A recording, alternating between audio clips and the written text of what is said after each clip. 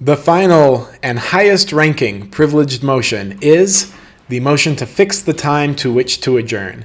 And it's kind of a confusing sounding motion. In fact, many people think or confuse the motion to adjourn with the motion to fix the time to which to adjourn. But they're very different things. To adjourn means that you're ending the meeting right now. To fix the time to which to adjourn means that you're creating a meeting that will be a continuation of the current session that you are currently in. There'll be two different meetings, but part of the same session. So imagine a meeting is going very long and it's going to be too long before the next regular meeting, and you don't want to have to put out another call, and you don't want to have to follow all of the, all of that. What you can do is fix the time to which to adjourn. So say, for example, that your meeting is on a Friday, and say it's 5 p.m. and people want to leave, but there's still 4 items of business left to go. What you can do is a member can make the privileged motion, which is even higher than the motion to adjourn. I move to fix the time to which to adjourn to tomorrow at 2 p.m. And what that does is it now creates a continuation of the same session on that new day.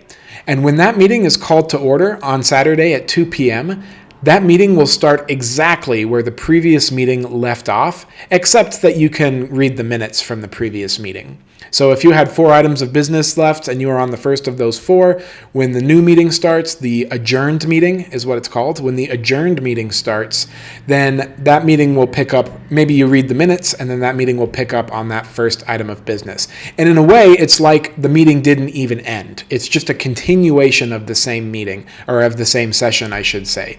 And so when you make a motion to fix the time to which to adjourn, usually the next thing you do is make the formal motion to postpone items of business to that meeting. And so first you fix the time to which to adjourn. When you do that, you create a new meeting on a new day. Then you might make a motion to postpone some items of business to that meeting, although I don't think that's strictly necessary. And then you might make the motion to adjourn after that. And so that way you don't have to send out a new notice, because the members were at the meeting. They know when the call is. They know when the next meeting is going to be. In fact, it's not even a new meeting. As I keep repeating, it's a continuation of the same meeting.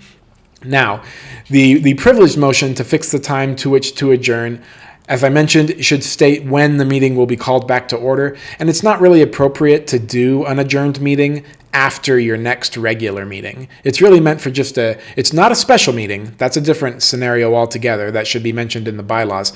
This should be just a continuation of the meeting, because you need a little bit more time to finish your items of business. So hopefully that makes sense. As I mentioned, the meeting will pick up where the original one left off, and it's part of the same session as the original one. So hopefully that makes sense. You now know the difference between fix the time to which to adjourn, as well as the motion to adjourn. Again, just because you adopted the motion to fix the time to which to adjourn, that does not end the meeting. All you've done is just created a new future meeting. Those are the privileged motions. If you have any questions, please contact me, and I look forward to answering your questions. Thank you so much for taking part in learning about the privileged motions. I hope you enjoyed it. Take care.